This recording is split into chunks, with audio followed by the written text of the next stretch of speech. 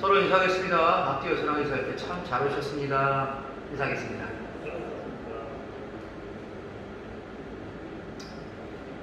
우리가 신앙생활 하다 보면 참 믿음의 사람은 어떠한 사람일까 그런 생각을 할 때가 있습니다.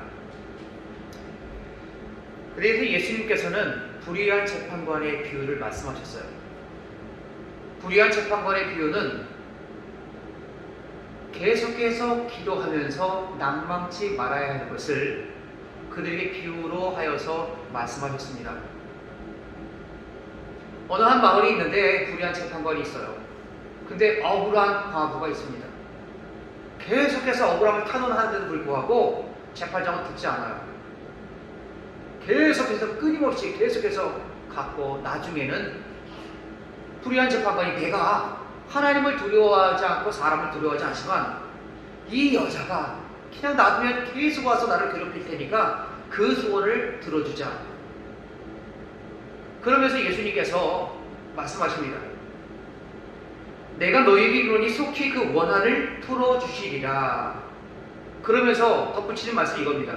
그러나 인자가 올 때에 세상에서 믿음을 보겠느냐. 이 말씀은 예수님께서 다시 오실 때에 하나님의 말씀을 믿고 그 말씀을 따라서 믿음을 지킨 자가 얼마나 되겠는가 그런 말씀을 주신 거예요. 그러면 이만큼 예수님께서 다시 오실 때에 믿음을 지키며 살아가기가 그만큼 힘들고 어렵다라는 것을 예수님께서 말씀하신 것입니다. 참 믿음의 사람이란 어떠한 사람일까요? 정말 참 믿음의 사람으로 주님 다시 오실 때까지 우리가 그 믿음을 품고 살아가는 사람은 어떠한 사람인지 오늘 말씀을 통하여서 세 가지를 보기를 원합니다. 첫 번째는요, 참 믿음의 사람은 하나님을 의뢰하는 사람입니다. 하나님을 의뢰하는 사람은 상황과 환경이 바뀌어지더라도 끝까지 주님을 의지하는 거예요. 우리가 편안할 때만 하나님을 찾고 어려움이 왔을 때 하나님을 의지하지 않는다면 그것은 참 믿음이 아닐 수 있어요. 그 바벨론에 남유다가 멸망당했습니다. 그때 바벨론의 느부갓네살 왕은 세 차례에 걸쳐서 남유다의 백성들을 붙잡아 가요. 그 가운데 다니엘도 끌려가고 다니엘의 세 친구 사드락과 메삭과 아벳느고라고 하는 사람도 바벨론으로 끌려갑니다. 근데 이 바벨론으로 끌려갔지만 그러나 그들이 뜻을 정하여서 하나님을 기쁘시게 하니 왕의 신임을 얻었습니다. 그래서 지방을 그렇게 관할하는 관리가 되었습니다. 그런데 왕이요 어떤 하루는 평지에다가 금으로 만든 신상을 하나 세워요. 굉장히 높은 신상인데요. 그 신상을 만들면서 그 신상이 바로 자기라고 하는 거예요.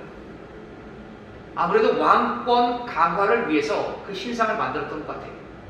거기다 절하면 나한테 절하는 것이고 절하지 않으면 나한테 반항하고 내 말을 듣지 않는 것이다. 나의 통치에 순종하지 않는 것이다. 그렇게 여겼겠죠.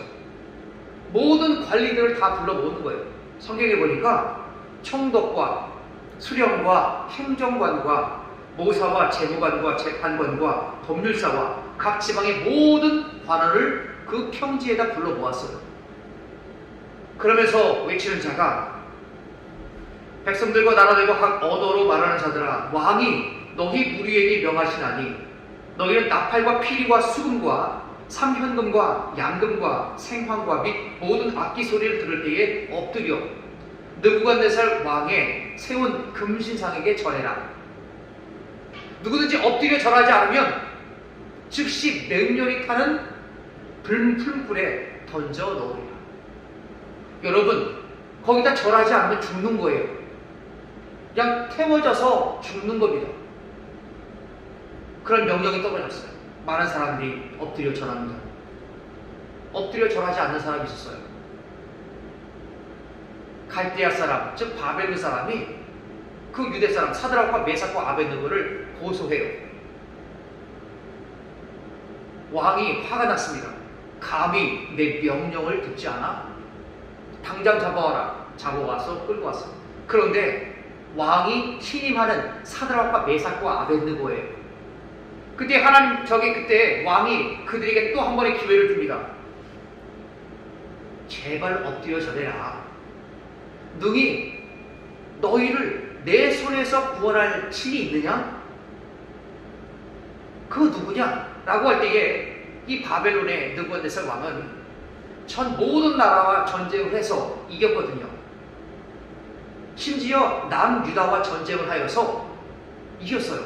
그러면 그 고대 근동의 전쟁은 신들의 전쟁이라 이쪽 나라와 이쪽 나라 전쟁해갖고 이쪽 나라를 이기면 이쪽의 신이 더 강한 거예요. 바벨론이 남유다와 전쟁해서 남유다가 이겼어요. 그러면 느부갓네살 왕은 어떻게 생각합니까? 아, 저 유다에 있는 신보다 우리가 믿는 신이 더 강하구나. 근데 그 사람은 유다 사람이에요. 사드락과 메삭과 아벳느고가 어떻게 말할 수 없는 상황이죠.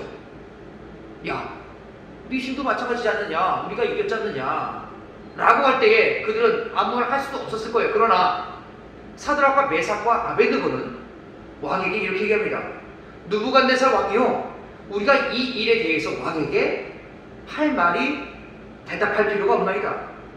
왕이요, 우리가 섬기는 하나님이 계시다면 우리를 맹렬히 타는 풀무불 가운데서 능히 건져내시겠고 왕의 손에서도 건져내시리이다. 그렇게 하지 아니하실지라도 우리가 왕들의 신들을 섬기지도 않고 왕이 세우신 금신상에 절하지 아니할 줄 아옵소서. 한마디로 목숨을 내놓고 우리는 거기다가 절하지 않겠다는 거예요. 우리가 믿는 하나님께서 우리를 지키지 않는다 할지라도 거기 신상에 절하지 않고 섬기지도 않겠다라고 한 것입니다. 여러분, 이 얼마나 귀한 믿음입니까? 사드락과 메삭과 아벳느고가 여호와 하나님을 의지하는 이 믿음이 너무나 큰 걸 말씀을 통해서 볼 수가 있어요. 참된 믿음의 사람은 이런 절박하고 어려운 상황 가운데서도 하나님을 의뢰하는 거예요. 하나님을 믿는 것입니다. 오늘 본문에도 19절에 하나님을 의뢰하는 그러한 말씀이 나옵니다. 본문 말씀 19절 말씀 보겠습니다. 시작. 내가 오늘 하늘과 땅을 불러 너희에게 증거를 삼노라. 내가 생명과 사망과 복과 저주를 내 앞에 두었은즉 너와 내 자손이 살기 위하여 생명을 택하고. 아멘. 살기 위하여 생명을 택하라는 거예요. 예수 그리스도를 믿는 것은 그냥 취미생활하는 것도 아니고 예수 그리스도의 말씀이 우리 안에 거하서 그렇게 살아가는 것은 그냥 시간이 나니까 종교활동하는 게 아닙니다. 살기 위해서 생명을 얻는 거예요. 살기 위해서 생명을 택하는 것입니다. 그것이 19절 마지막 절에서 내 자손이 살기 위해서 생명을 택해라. 그런데 어떤 말씀을 주십니까? 전반부에 보니까 내가 오늘 하늘과 땅을 불러 너희에게 증거를 삼노라. 하늘과 땅은 변하지 않는 것입니다. 하늘과 땅이 변하지 않는 것처럼 내가 너희에게 선포한 이 말씀도 결단코 변하지 않을 것이다. 어떤 말씀입니까? 생명과 사망과 복과 저주를 내 앞에 두었다. 너희는 어떻게 할 것인가? 생명과 저주를, 생명과 사망 중에서 무엇을 선택할 것인가? 생명을 선택하라는 거예요. 복과 저주 가운데 어떤 것을 선택하겠느냐? 하나님께서 물으십니다. 당연히 복을 선택해야죠. 어떻게 하면 생명을 취하고 어떻게 하면 복을 선택하겠는가? 그것은 바로 여호와 하나님을 믿는 것입니다. 예수 그리스도를 믿는 것이죠.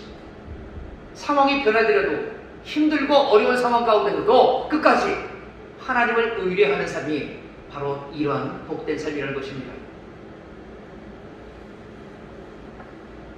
오늘도 우리 안에 말씀을 주십니다. 생명과 복을 얻기 위해서 하나님을 끝까지 의지하는 것.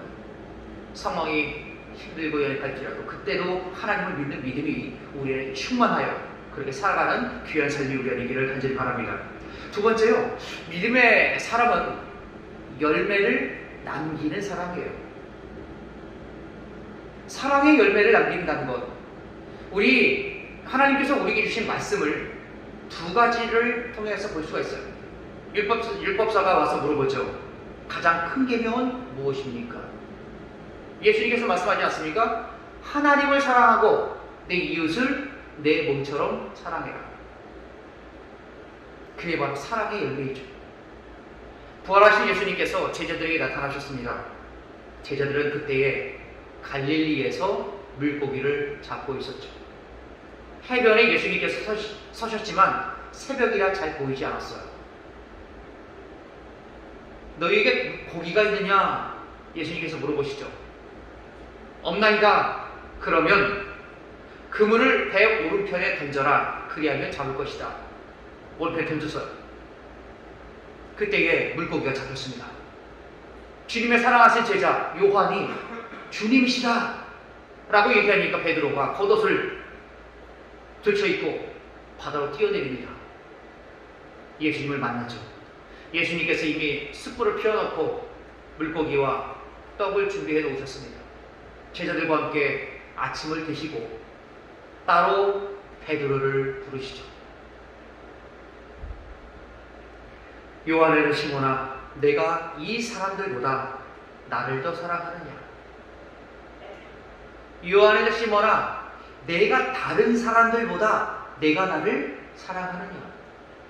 성경에 보니까 다른 사람의 번호가 붙어 있죠. 밑에 보니까 다른 것들이라고 써 있습니다.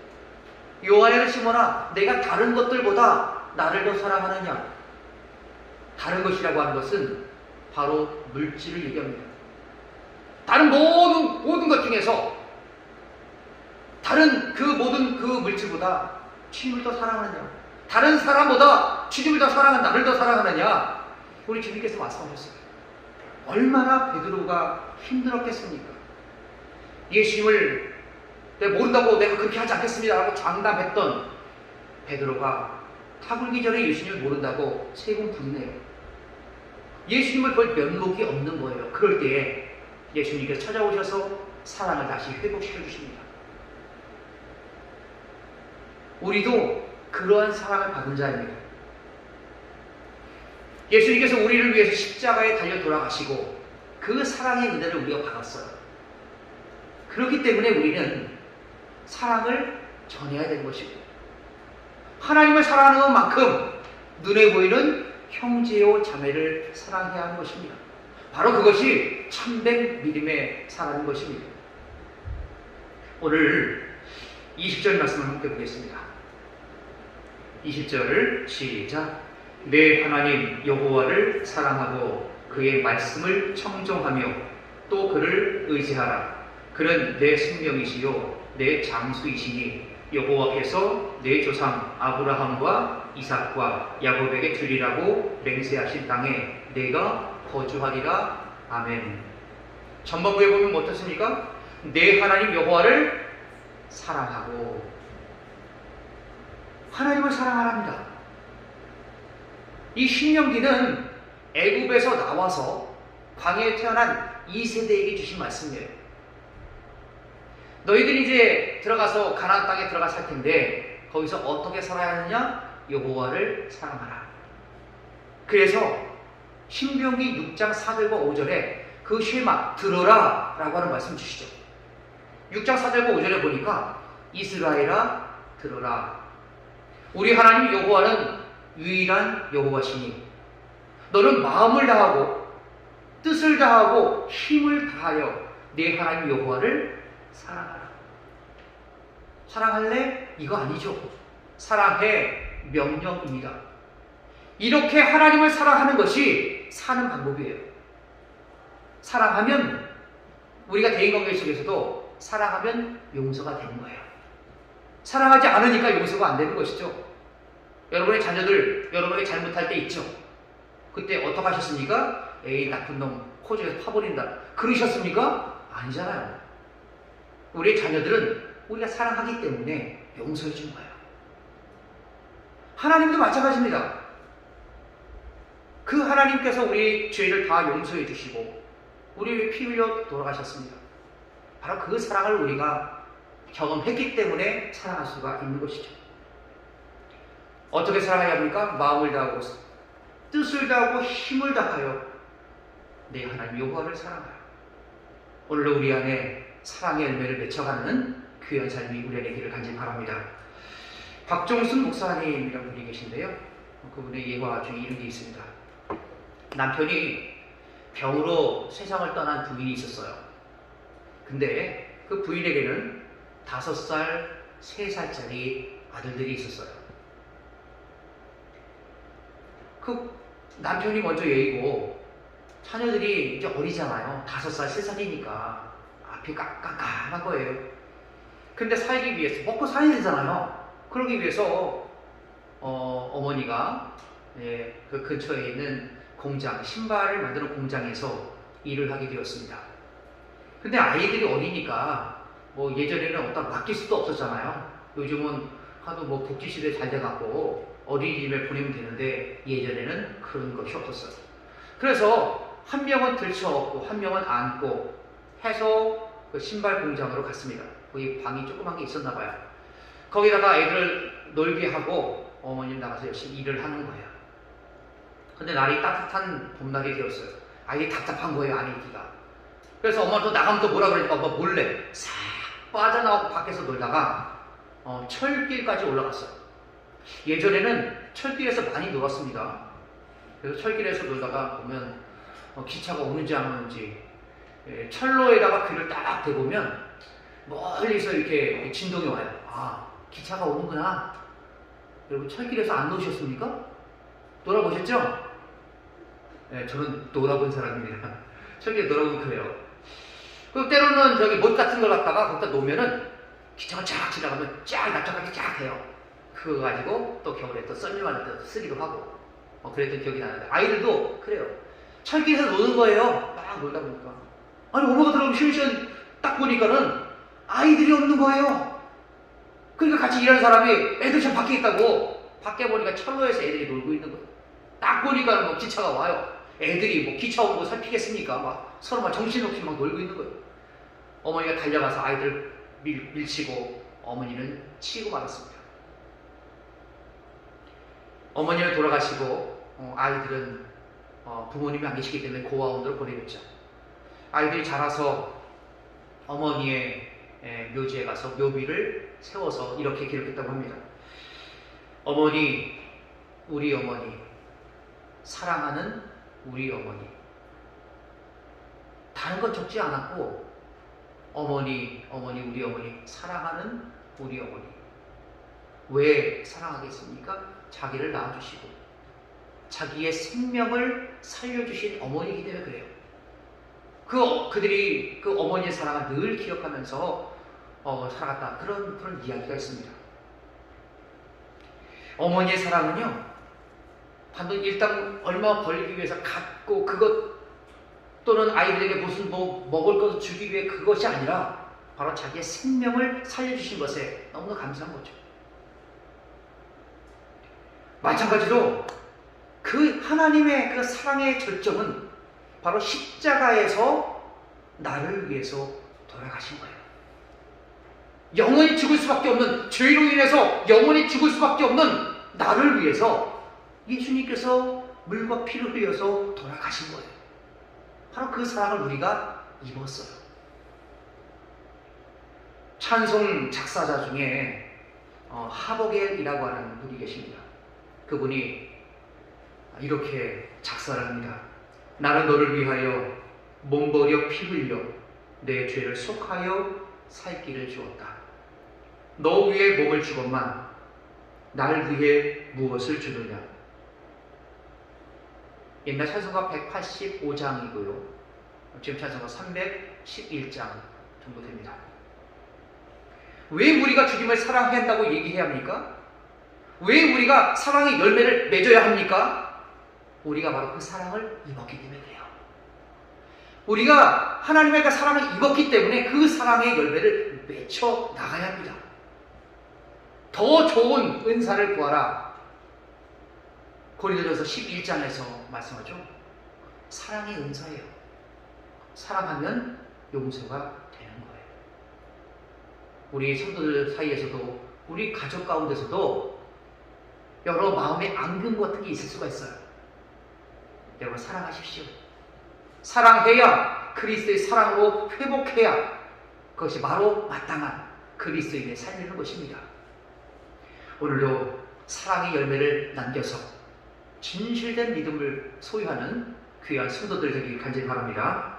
참 믿음의 사람은요, 세 번째, 주님께 사로잡힌 사람이에요. 바로는 여호와 하나님께서 만물의 상수리 나무들 있는 곳에서 아브라함을 만나주세요. 일부 하나님께서 오신 거라고 해서 저는 생각합니다. 보니까, 아브라함이 보니까 3명의 사람이 있어요. 그래서 그들을 집으로 초청해서 융숭하게 대접하죠. 명년에 내가 아들이 있을 것이다. 그 후에 소돔과 고모라의 죄를 확인하러 나왔다. 그렇게 그들이 얘기하는 거예요.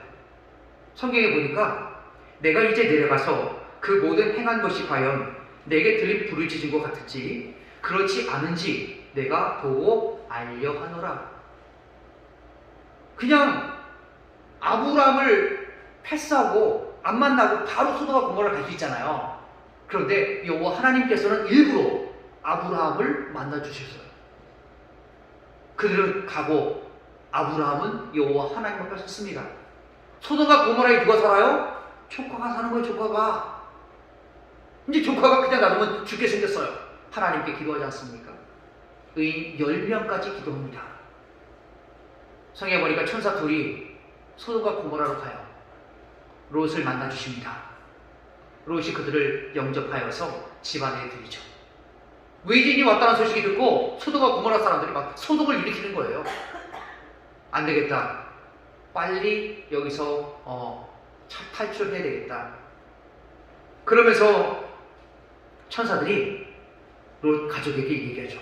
도망하여 생명을 보존하라. 돌아보거나 들에 머물지 말고 산으로 도망하여 멸망함을 면하라. 돌아보지 말래요. 그런데 롯의 아내가 가다가 돌아보죠.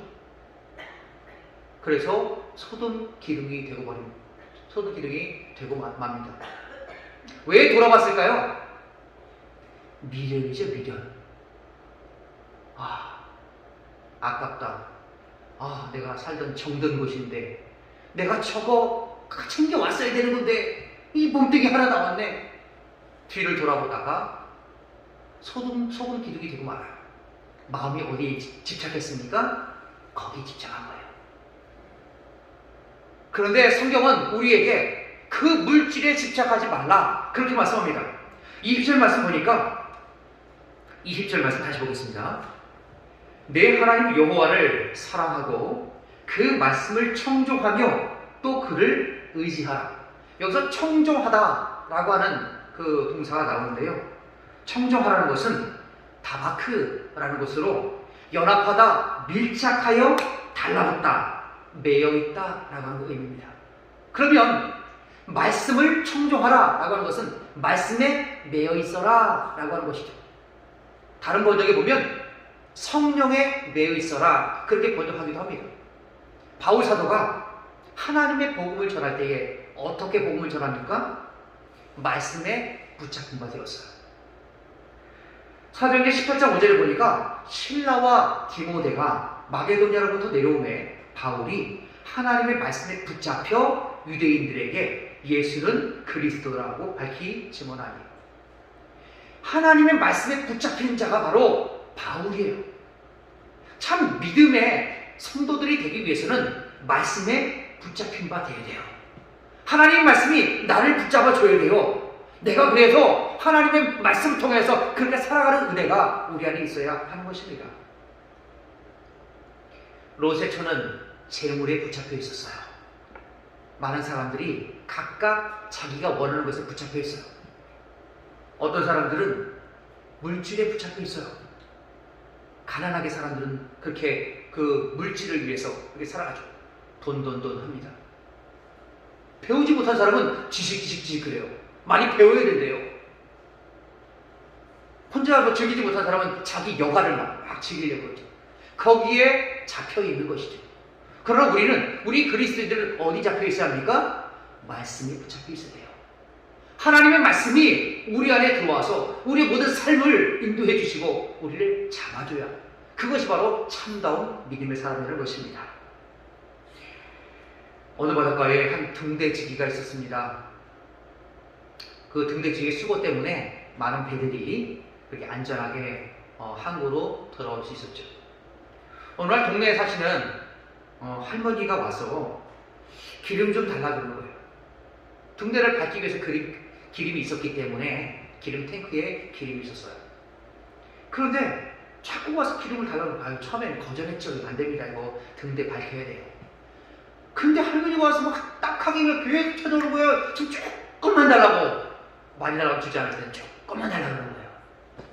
조금 드렸어요. 다음에 또 왔어요. 막 헐레벌떡 오는 거예요.